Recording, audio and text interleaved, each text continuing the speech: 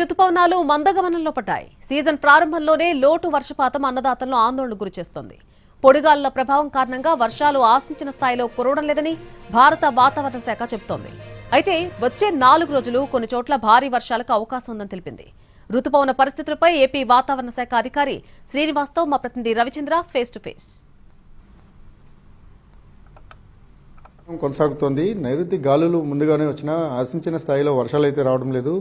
El Niño ప్రభావం పైన ఇప్పటికే అంచనాలు ఉన్న తరుణంలో ఎల్నినో ఎఫెక్ట్ను పూర్తిగా అంచనా వేస్తోంది. ఈసారి సాధారణం కంటే తక్కువ వర్షపాతం ఉంటుందని భారత వాతావరణ శాఖ ఇప్పటికే హెచ్చరికలు జారీ చేసింది. ప్రస్తుతం ఋతుపవనాల్లో విస్తృతి కానీ దానికి సంబంధించిన వర్షాల ప్రభావం ఎలా ఉంటుంది, ఎన్ని రోజులు యాక్టివ్గా ఉండే అవకాశం ఉందనే దాన్ని అడిగి తెలుసుకోవడానికి మన దగ్గర శ్రీనివాస్ గారు ఉన్నారు.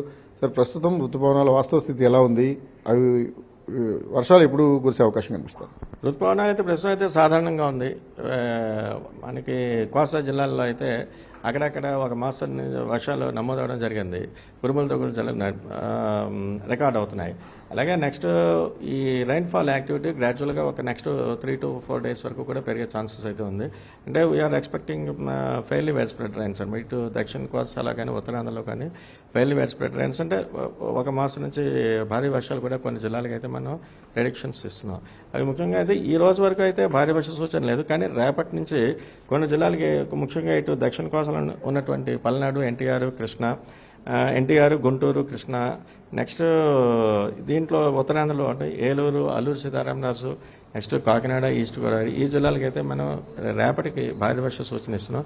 అలాగే second day, third day, fourth day వరకు కూడా ఈ భారీ వర్ష సూచన అంటే గ్రాడ్యువల్గా తగ్గుతుంటాయి. కానీ కొన్ని జిల్లాలకు మట్టికి భారీ వర్షాలు కూడా మనం ఎక్స్పెక్ట్ చేస్తున్నాం. సరే, ఋతుపవన గాలులు వచ్చాయి కానీ వర్షం రావట్లేదు. ఈ పరిస్థితి కారణం ఏంటంటే? ఈ పరిస్థితి కారణం అంటే మన లార్జ్ స్కేల్ ఆసిలేషన్స్ కూడా మనం అప్లై చేయొచ్చును. లేదా అంటే ఇప్పుడు ఇంకా ఎక్కువ స్ట్రెంగ్త్ ఆఫ్ ది మాన్సూన్ ఇంకా పెరుగుతుండాలి. అంటే లోయర్ లెవెల్స్లో మనకి సౌత్ వెస్టర్లీ విండ్స్ వస్తున్నాయి. ఇంకా కొంచెం అది depth of the south westerly winds అది కొంచెం ఇంక్రీజ్ అవ్వాలి. అది కొంచెం ఇంకా ప్రస్తుతానికి అయితే లేదు.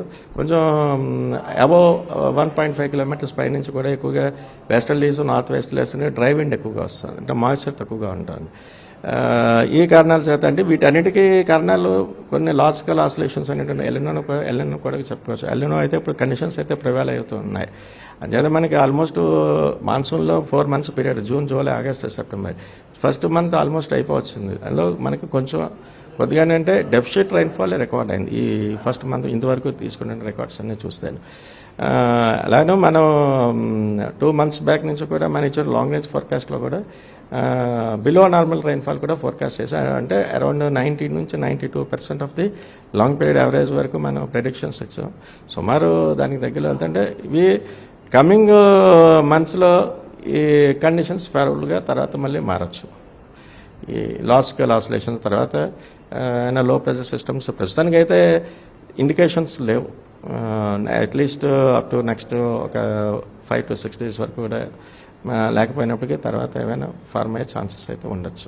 తొలకరి సీజన్లో మొదటి నెల ఏదైతే చాలా కీలకంగా రైతులు భావిస్తుంటారో, ఈ మొదటి నెల పూర్తిగా ఋతుపవనాలు ముఖం చాటేసినట్టుగానే చెప్పాలి. ఆశించిన స్థాయి కన్నా చాలా తక్కువ వర్షాలు కురిశాయి.